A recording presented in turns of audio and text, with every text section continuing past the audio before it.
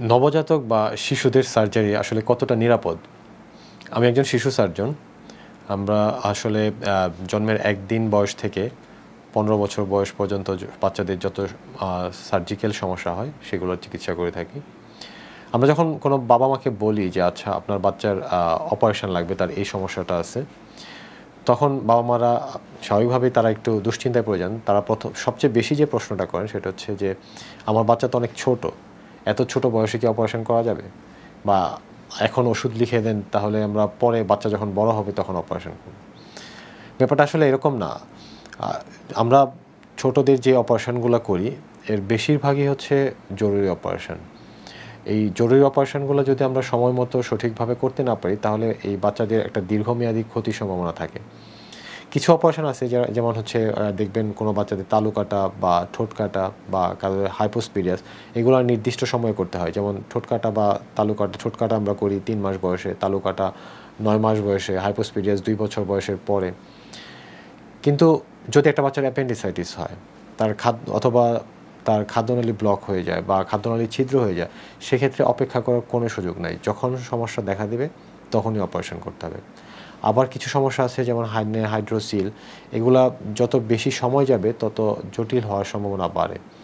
এজন্যই এই অপারেশনগুলা যত তাড়াতাড়ি সম্ভব করে ফেলতে হয়। এখন এই অপারেশনগুলো আসলে কতটা জটিল বা এর ঝুঁকি কতটুকু?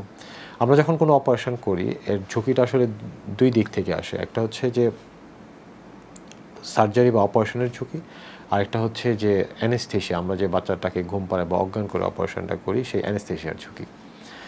এখন এই সার্জারির ঝুঁকিটা নির্ভর করে যে রোগটা কী, মানে রোগটা কতটা জটিল তার উপর। যদি মনে করেন যদি একটা হার্নিয়া হয় বা একটা সিম্পল অ্যাপেন্ডিসাইটিস হয়, যে আনকমপ্লিকেটেড অ্যাপেন্ডিসাইটিস যেটা আমরা বলি, তাহলে কিন্তু সেক্ষেত্রে তার মানে অপারেশনের ঝুঁকি তুলনামূলক অনেক কম।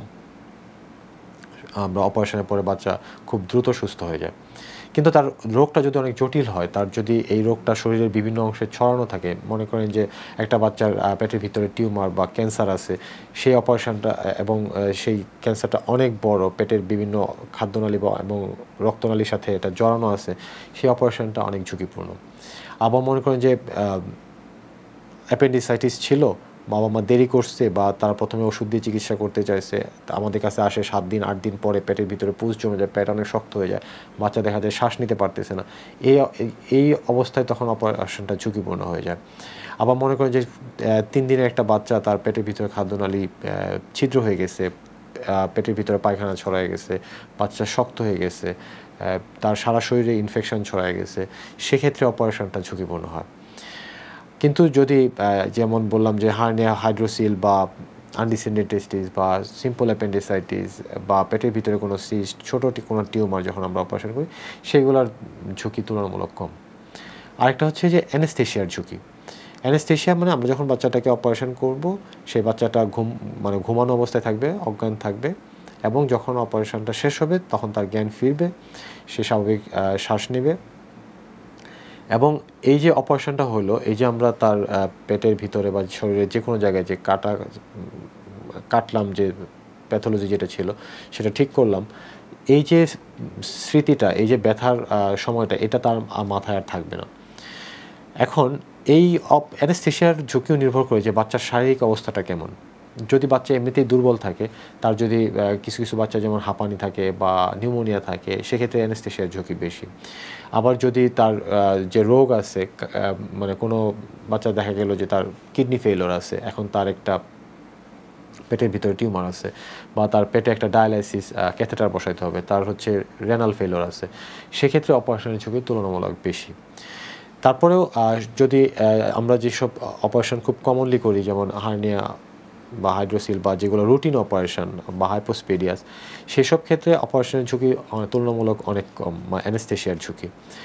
অনেকেই বলে যে একটা বাচ্চা তার পরিবার সহ হাসপাতালে আসবে, অপারেশন করবে এবং হাসপাতাল থেকে বাসায় যাবে।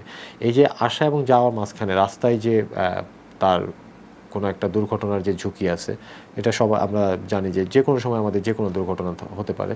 তো এই যে ঝুঁকির পরিমাণ, একটা রোগী অজ্ঞান করে সেখান থেকে অজ্ঞান থেকে ফিরে আবার স্বাভাবিক করতে ঠিক একই পরিমাণ ঝুঁকি থাকে। সেই ঝুঁকিটা আসলে অনেক কম।